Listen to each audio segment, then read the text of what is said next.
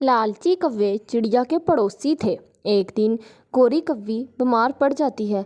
हाय हाय कालू जी मैं मर गई, मुझे बुलबुल डॉक्टर से दवा ला दो। जाता हूँ, शोर क्यों मचा रही हो।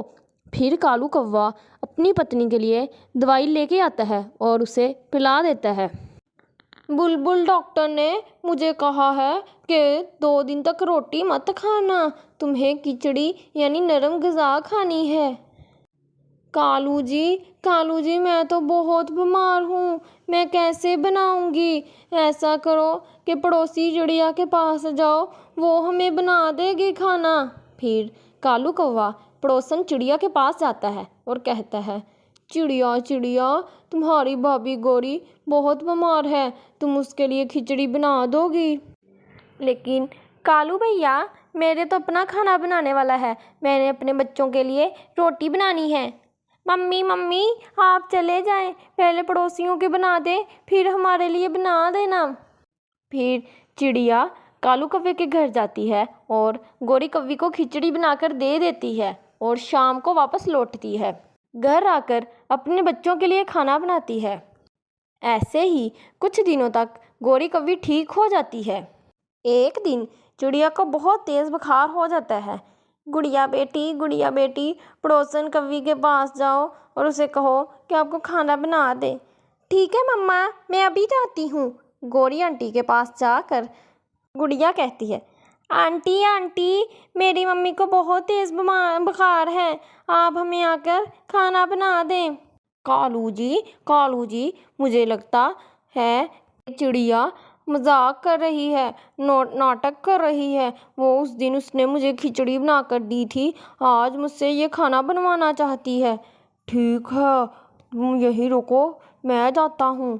फिर कालू कौवा चिड़िया के साथ जाता है और जाके कहता है, चिड़िया तुम अपना सारा सामान मुझे दे दो, मैं अपने घर से बनवा कर ले आता हूँ।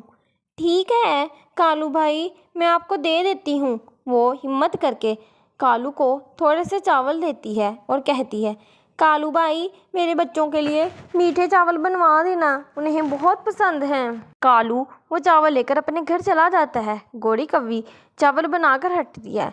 कालू जी मुझसे बर्दाश्त नहीं हो रहा, मुझे ये चावल बहुत मज़े के लग रहे हैं, जी कर रहा है अभी सारे खा जाऊं। गोली मारो चिड़िया को, चलो हम मिलकर खाते हैं। मम्मी चावलों की बहुत खुशबू आ रही है, लगता है चावल बन गए हैं। ठीक है बेटी गुड़िया, तुम उनके घर जाओ और चावल ले आओ। तब तक कालू कौवा और गोरी सारे चावल खा लेते हैं।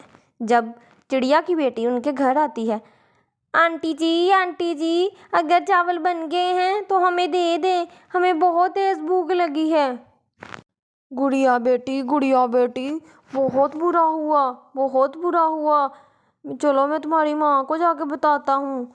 चिड़िया बहुत बुरा हुआ, वो चावल सारे चूहे खा गए, मैं तो लुट गया, बर्बाद हो गया। चाल झूठे कहीं के, तुमने मेरे साथ झूठ बोला है, चले जाओ यहाँ से।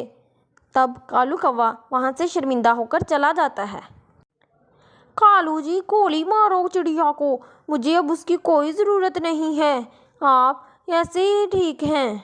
फिर एक दिन कालू कौवा और गोरी कौवी आम के पेड़ से आम तोड़ रहे होते हैं कि अचानक कालू से पत्थर जाके गोरी चिड़िया के पंख पर लग जाता है।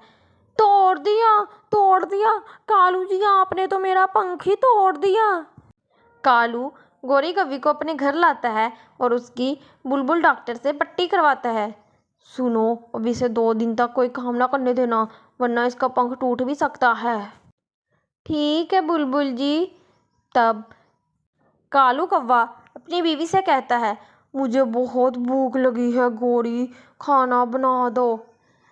कालू जी मुझसे नहीं बनेगा, जाके चिड़िया से। ये कहकर वो चुप हो जाती है और अपने आप को शर्मिंदा महसूस करती है। काश उस दिन हमें चिड़िया के साथ बुरा ना किया होता, आज वो भी हमारी मदद कर देती। इसीलिए कहते हैं कि हमें पड़ोसियों की मदद करनी चाहिए और उनके साथ अच्छा सलूक करना चाहिए, क्योंकि हमें किसी भी वक्त उनकी ज़रूरत पड़ सकती है। मम्मा मम्मा मुझे पिचकारी और रंग ला के दो ना मम्मा। गुड़िया बेटी, मेरे पास इतने पैसे नहीं हैं, मैं कहाँ से ला के दूँ। मम्मा मम्मा प्लीज़ मुझे इस बार पिचकारी ला दे, मैं आगे नहीं मांगूंगी मम्मा प्लीज़। रानी चिड़िया मन ही मन में सोचती है, पता नहीं ये मेरी गरीबी कब मेरे बच्चों का पीछा छोड़ेगी, अब मैं क्या करूं। रानी चिड़िया ऐसे सोच रही थी, तभी गुड़िया कहती है, मम्मा मम्मा जब आपके पास पैसे आ जाएंगे ना, अब तब आप मुझे ज़रूर खरीद के दोगी ना।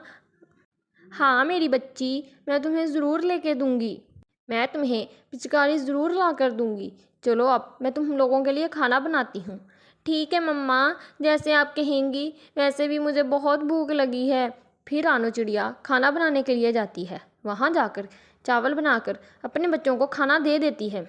रानी चिड़िया हमेशा काम करके आधे पेट रोटी खाती है, कभी कभी किसी वक्त का खाती है। वो कभी भी पेट भरकर खाना नहीं खाती, ताकि उसके बच्चों के लिए कल कम ना पड़े। इसके अगले दिन जब रानो चिड़िया अपने काम के लिए निकल जाती है, वो जल्दी अपना काम ख़त्म करके दूसरे काम की तलाश में जाती है, लेकिन उसे कोई दूसरा काम नहीं मिलता। फिर वो एक पेड़ पर बैठी होती है। ये तो बहुत थोड़े पैसे हैं, ये तो मेरा आज का ही गुजारा होगा, मुझे और कोई काम भी नहीं मिला, अब मैं क्या करूं। वो थोड़ी देर बाहर बैठी सोचती रहती है। उसके बाद जब वो अपने घर आती है तो देखती है कि उसके दोनों बच्चे उसका इंतज़ार कर रहे थे। तब उसका बेटा उससे कहता है, मम्मी मम्मी आज आपको आने में इतनी देरी क्यों हो गई। भैया, मम्मा मेरे लिए पिचकारी लेने गई थी, है ना मम्मा।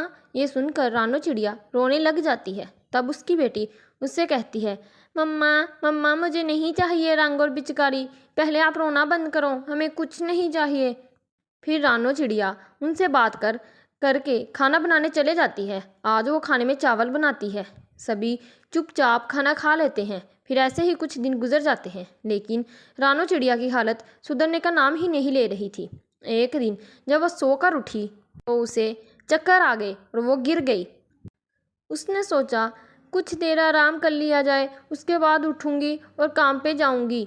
कुछ देर वो आराम करती है, उसके बाद जब उठती है लेकिन उसे उठा नहीं जाता। बीमारी की हालत में वो बेहोश हो जाती है। मुझे समझ नहीं आ रहा मुझे क्या हो रहा है।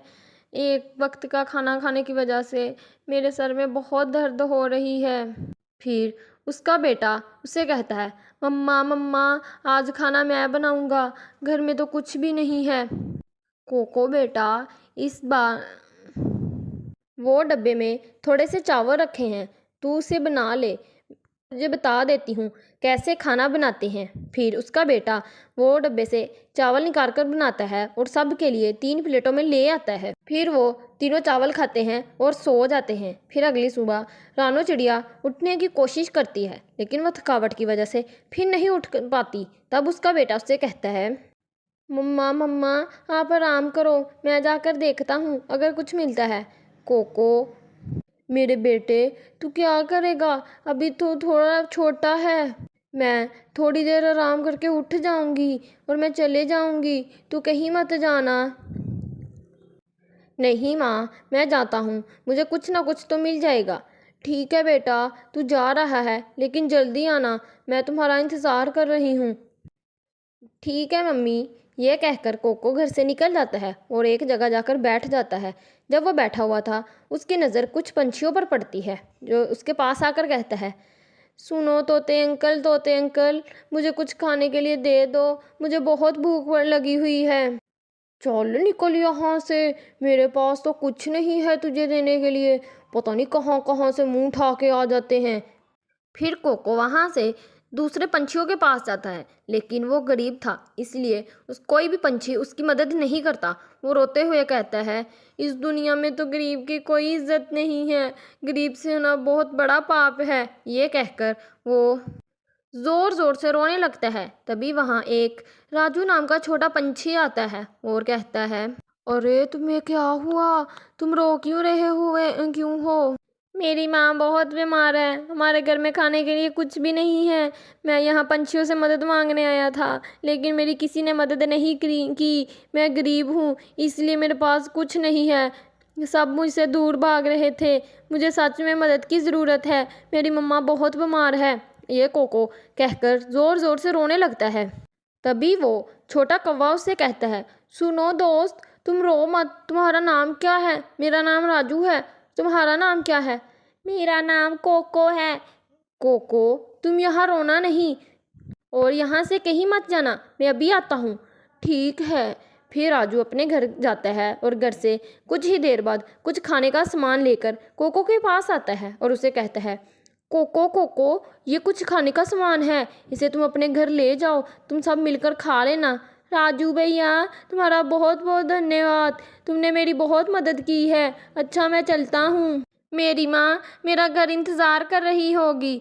फिर वो सामान लेकर अपने घर जाता है। तब भी राजू उसके पीछे पीछे जाता है तो राजू देखता है कोको का घर तो एक झोंपड़ी पर था। वो खिड़की में से देखता है कि घर तो वाकई उसकी माँ बीमार है और उसकी छोटी बहन उसका इंतज़ार कर रही थी। जब वो खाना लेकर घर पहुंचता है तो दोनों खुश हो जाते हैं। तब कोको कहता है, मम्मा मम्मा, आज मुझे राजू नाम का एक भैया मिला था, वो बहुत अच्छा था, उसने मेरी मदद की है। हाँ कोको बेटा, जिसने तेरी मदद की है वो बड़े दिल का होगा। हाँ मम्मा, वो बहुत अच्छा था, उसने ही मुझे ये खाना ला के दिया है। ये सुनकर राजू अपने घर चला जाता है और अपने पिता को सारी बात बताता है। वो तो बहुत गरीब है पापा, उसके घर तो खाने के लाले पड़े हुए हैं, उसका घर तो एक झोंपड़ी पर है, हमें उसकी मदद करनी चाहिए। मगर बेटा, हमें उनके घर जाके देखना तो होगा ना, तभी हम उनकी मदद कर पाएंगे। हाँ पिताजी, चलो मैं आपको कोको के घर ले जाता हूँ। हाँ बेटा, कल होली है, इसलिए हमें उनके लिए कुछ खरीदना होगा। उन बच्चों के लिए रंग और पिचकारियाँ, मिठाइयाँ ले लेते हैं। पिताजी ठीक है, मैं खेलने जा रहा हूँ, आप तब तक वो सामान ले आए। फिर राजू खेलने के लिए चला जाता है और कुछ देर बाद अपने साथ एक पिचकारी ले आता है। पिताजी, ये लो पिचकारी, ये मेरे पिछले साल की है, मैं एक से ही काम चला लूँगा। ये पिचकारी आप कोको के लिए ले जाएं।